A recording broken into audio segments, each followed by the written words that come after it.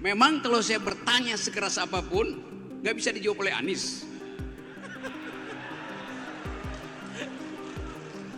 Saya tahu cara berpikirnya. Bagaimana cara berpikirnya? Dan saya tahu isi hatinya. Saya mulai dari situ ya. Demokrasi adalah soal cara berpikir. Ada definisi standar demokrasi adalah pemerintahan dari, oleh, dan untuk rakyat. Itu omong kosong.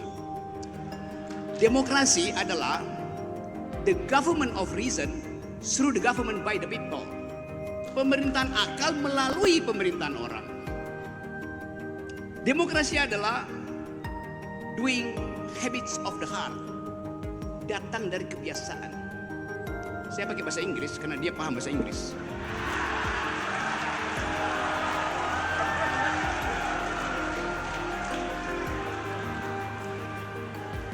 Kita disatukan oleh laut yang sama. Dan kita makan ikan yang sama. Dan ikan itu memang harus dimakan, bukan dihafal nama-namanya.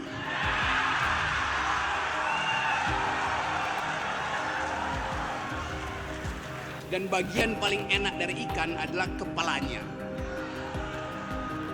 Karena kepala ikan lebih bergizi dari kepala negara.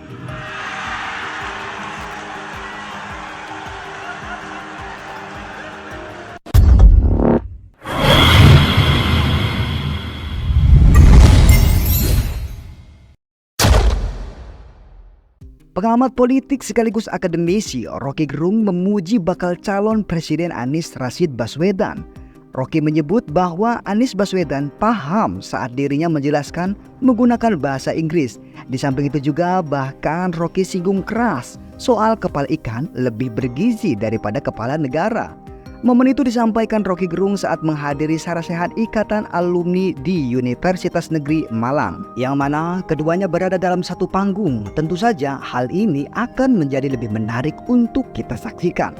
Rocky awalnya mengatakan bahwa apapun yang dipertanyakan tentunya akan selalu bisa dijawab oleh Anies. Bahkan Rocky mengungkap jika dirinya paham betul cara berpikir Anies Baswedan, sehingga menurut Rocky kecerdasan Anies tak perlu dipertanyakan. Tak hanya itu, Rocky selanjutnya memuji Anies yang paham betul soal bahasa Inggris. Awalnya Rocky Gerung menjelaskan terkait demokrasi. Dia pun membandingkan sejumlah definisi demokrasi. Pertama yang disebut bahwa demokrasi merupakan cara berpikir. Kemudian yang kedua bahwa dalam definisi standar, demokrasi itu pemerintahan dari, oleh, dan untuk rakyat. Tapi itu omong kosong, tegasnya Rocky Gerung. Selanjutnya, Anies Baswedan ditantang oleh Rocky Gerung untuk membatalkan Undang-Undang ITE. Anies Baswedan menjawab tantangan Rocky Gerung soal membatalkan Undang-Undang ITE. Menurut Anies Baswedan, soal Undang-Undang ITE sudah ia jelaskan berkali-kali. Posisinya adalah merevisi dan mengoreksi undang-undang tersebut. Itu gampang jawabnya, ya itu akan direvisi dan dikoreksi. Sudah dikatakan berkali-kali, jawab Anies Baswedan. Anies pun melihat persoalan yang disampaikan Rocky tadi bukan hanya soal hapus atau batalkan Undang-Undang ITE saja, tetapi ada spektrum yang lebih luas. Menurut Anies, kritik merupakan contoh efektif terhadap langkah yang akan dilakukan pemerintah. Ketika suatu kebijakan dikritik, maka pemerintah harus bisa menyiapkan argumen yang jelas dan berdasar yang bisa menjawab kritik tadi apabila memang merasa kebijakan yang akan diambil benar-benar bermanfaat. Memang kalau saya bertanya sekeras apapun, nggak bisa dijawab oleh Anies. Saya tahu cara berpikirnya. Bagaimana cara berpikirnya? Dan saya tahu isi hatinya. Saya mulai dari situ ya. Demokrasi adalah soal cara berpikir. Ada definisi standar demokrasi adalah pemerintahan dari, oleh, dan untuk rakyat. Itu omong kosong. Demokrasi adalah the government of reason through the government by the people. Pemerintahan akal melalui pemerintahan orang. Demokrasi adalah doing habits of the heart. Datang dari kebiasaan. Saya pakai bahasa Inggris karena dia paham bahasa Inggris.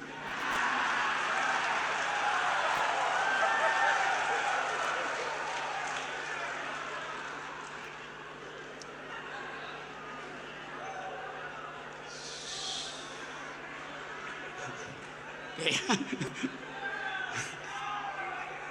Kenapa? Kawaku. Oke, saya lanjut. Ya Anda saya tahu orang Makassar. Saya orang Manado. Kita disatukan oleh laut yang sama. Dan kita makan ikan yang sama. Dan ikan itu memang harus dimakan, bukan dihafal nama-namanya.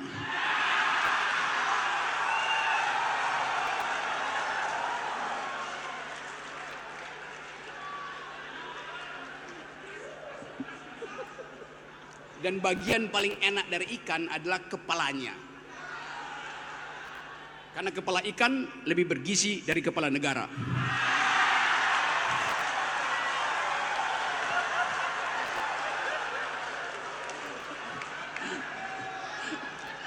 Oke. Saya Bung Rocky, begini pertanyaannya kalau begitu. Ya. Apakah ada yang menurut Anda bisa Anda kritisi dari seorang Anies Banyak. Baswedan? Ya. Oke. Misalnya. Satu-satu ya. Tadi saya suka caption yang ditunjukkan di situ bahwa di ujung sana tantangan dari demokrasi adalah undang-undang ITE. Anda bayangkan, kenapa saya mesti ulas itu? Karena saya akan kena undang-undang itu. Jadi pertanyaan saya, apakah Anies akan membatalkan undang-undang itu demi saya, yang sahabatnya, atau demi demokrasi? Itu pertanyaannya. Bukan sekedar saya, Anda di sini bisa kena undang-undang yang sama. Saya kasih ilustrasi ya, saya biasa naik gunung. Satu waktu saya naik gunung gede, petani di situ dipimpin oleh seorang lurah lulusan SD. Dia bilang begini, Pak Rocky, kemarin ada orang pasang patok di kebun saya, bunyinya ini proyek strategis presiden. Maka mulai diinsinuasikan kalian mesti pindah dari situ. Padahal itu mata pencarian mereka. Nanam singkong, nanam kol, nanam wortel. Jadi kita mau ajukan, ini forum akademis. Pikiran hanya disebut pikiran kalau ada pikiran yang menentang. Kalau Anda berpikir nggak ada yang mengganggu Anda, itu artinya Anda lagi berdoa. Itu bedanya berpikir dan berdoa. Jadi saya ingin Anies menjawab itu tuh. Apa alasan utama kita harus menghasilkan pikiran? Kita harus mengucapkan pendapat. Kita harus bertengkar dengan pendapat. Kan kita bertengkar dengan pendapat. Kenapa bertengkar dengan pendapat? Kena pidana. Itu nggak masuk akal.